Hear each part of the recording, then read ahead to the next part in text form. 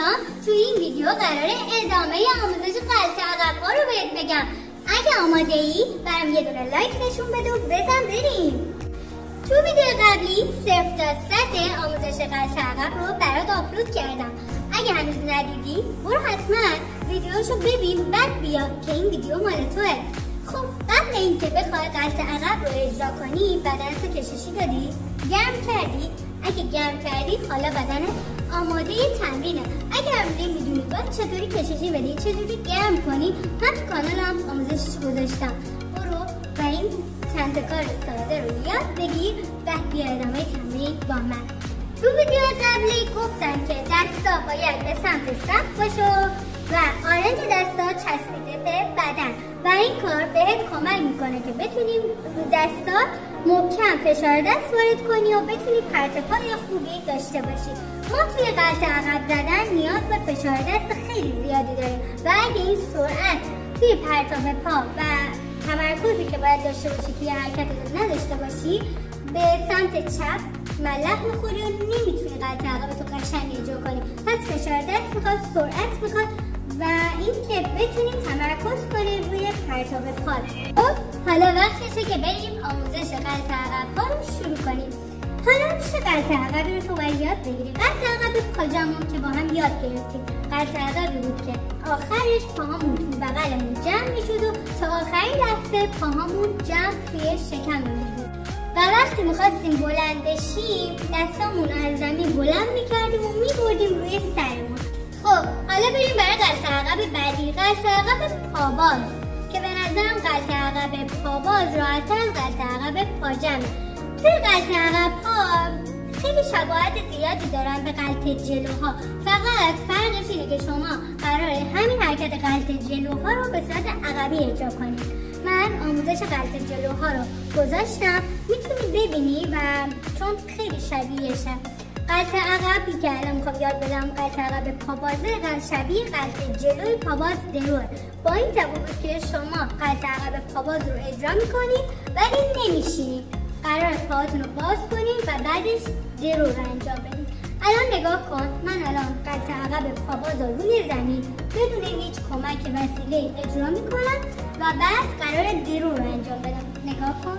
اول دستاتو میبری به سمت بالا و قرار دستاتو بذاری کنار پشت رو به بدنت چسبیده باشه. دست رو همیشه رو به سقف میشینی و قرار غلط عقب رو اجرا کردی پاهاتو باز کنی. نگاه کن.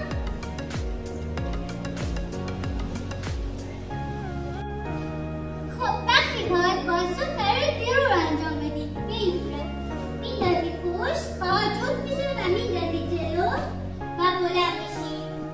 خیلی راحت تو تونستی غلط عقب پاباز رو روی زمین اجرا کنی و با دروی قشنگ بتونی غلط عقبت رو بلند شی. یه بار دیگه انجام میدم، نگاه کن.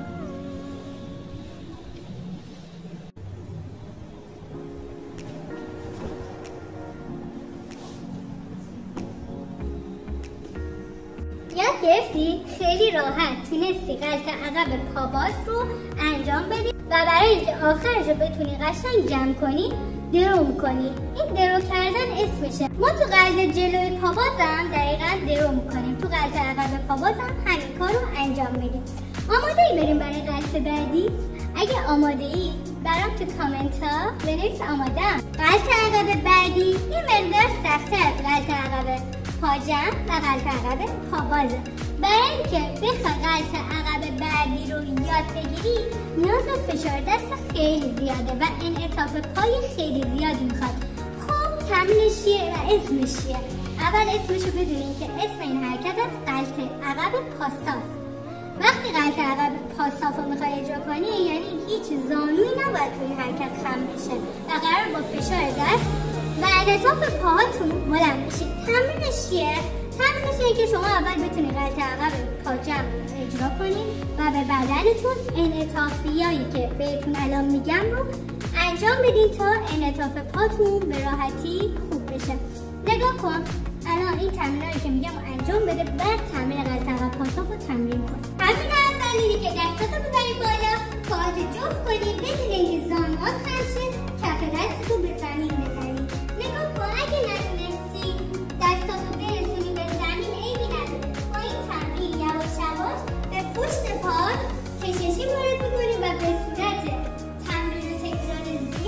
میتونی آروم دستاتو برسونی به زمین و حتی نزدیک پاهات کنی. اگه بتونی این تمرین رو انجام بدی، قلط عقب پاساف هم میتونی به زودی خیلی راحت انجام بدی. عیبی نداره اگه بدن خشکی داری و فکر میکنی این تمرین رو تو نمیتونی، من میخوام بگم با تمرین تکرار میتونی قلط عقب پاساف هم بزنی. تمرین بعدی اینه که تو بشینی رو زمین و سعی کنی پاهاتو با دستات بگیری. نگاه کن طوری میشینیم، پاهامونو به جلو دراز میکنیم، پنجه پاهامونو میکشیم و سعی میکنیم شکممون رو بزنیم به پاهامون اینطوری و با چند تا تاپ خوردن سعی میکنیم که این تمرین رو به راحتی انجام بدیم. اگه تونستی تابو انجام بدی، حالا میتونی زیر پاهاتو بگیری و بخوابی قشنگ رو پاهات. اگه تونستی این تمرین رو انجام بدی، شکمتو بزنی به پاهات، حالا به نظر آماده برای اینکه قلط عقب پاساف رو اجرا کنی. حالا قراره فشار دستایی که روی قلط عقب بهت وارد میشه رو تمرین کنی. باید چیکار کنی؟ باید دست و پاتو یه مقدار نزدیک کنی و سعی کنی با زانوی صاف آرنج دستاتو خم کنی. بهش میگن شنای دست و پا نزدیک. نگاه کن اینطوری.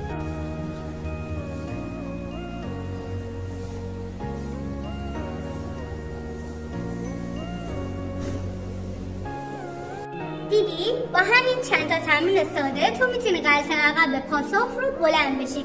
قلط عقب پاساف نیاز به فشار دست زیادی داره و قرار زانوهات به هیچ وجه خم نشه.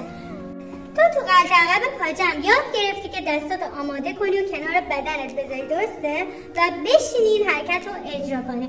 توی قلط عقب پاساف دقیقاً برعکسه، دستا میره بالای سر و قرار صاف بشینی و با حرکت با زانوهای صاف به سمت صورت پرت کنی و پاهاتو صاف بیاری، از بالای سر رد کنی و با فشار دستا خودتو بتونی بلند کنی. یه جوری شبیه حرکت وینیکه، با این تفاوت که شما توی وینیک بالانس میکردی و توی قلط عقب پاساف فشار دستتون برای بالانس نیست، فقط فشار میدین که پاهاتون برسه زمین.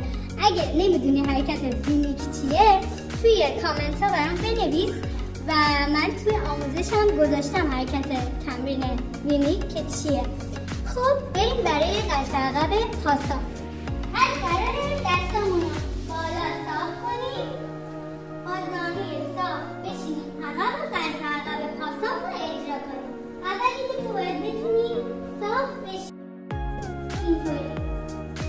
بعد اینکه صاف نشستی، حالا قراره دستا صاف بزن عقب برام بتونی قلط عقب پاساف رو اجرا کنی. این حالت رو زیاد تمرین کنید و بعد فشار دستتون رو انجام بدید.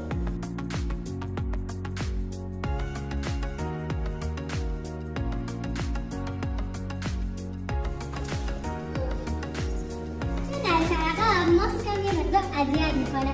حتما برای اینکه بتونی قلط عقب بزنی، اگه دختری که این تمرین رو میخوای انجام بدی، موهاتو صرف ببند که توی دستات نره، یا مثلا گوشواره اگه داری حتما یه کار کن دستات توی گوشوارت نره. اگه پسری که راحت هیچی گیر نمیکنه توی دستات. خب پایان حرکت دیدی؟ زانوهام اول و آخر صاف بود. اگه خوب نگاه نکردی یه بار دیگه این حرکت رو برات میزنم، نگاه کن که چجوری قلط عقبمو صاف میشینم، صافم بلند میشم.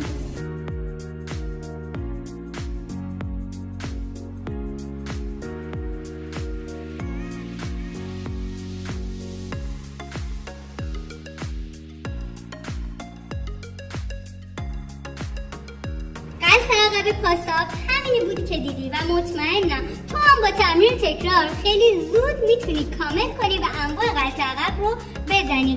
برام تو کامنت ها حتما نظرت رو بگو، برام بنویس چه تمرینایی باید برم بهت کمک میکنم، بهت جواب میدم که باید چیکار کنی.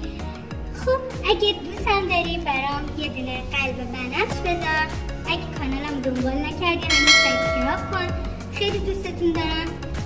ویدیو بعدی هم تو راهه، حتما زنگوله رو بزنید که اگه ویدیو جدیدی گذاشتم برات تو اعلان‌ها بیاد. خیلی دوستتون دارم. تا ویدیو بعدی فعلا.